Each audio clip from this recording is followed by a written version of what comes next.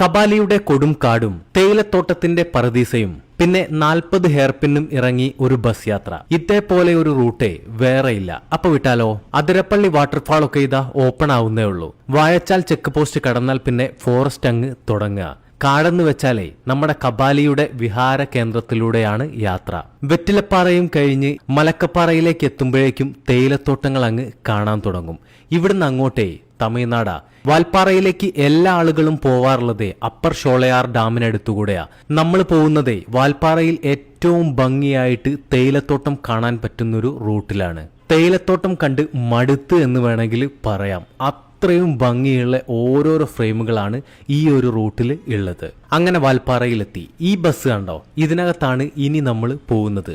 ഒന്നും രണ്ടും ഒന്നുമല്ല, 40 ഹെയർപിൻ ഇറങ്ങിയിട്ട് വേണം നമ്മൾ പൊള്ളാച്ചിയിലേക്ക് എത്താൻ. താഴെ ഭാഗത്തിതാ ആളിയാർ ഡാമിന്റെ റിസർവയർ ആണ് കാണുന്നത്. ഇതിന്റെ ഭംഗിയെ പറഞ്ഞാലൊന്നും മനസ്സിലാവില്ല. ഇവിടെ വന്ന് തന്നെ ആസ്വദിക്കണം.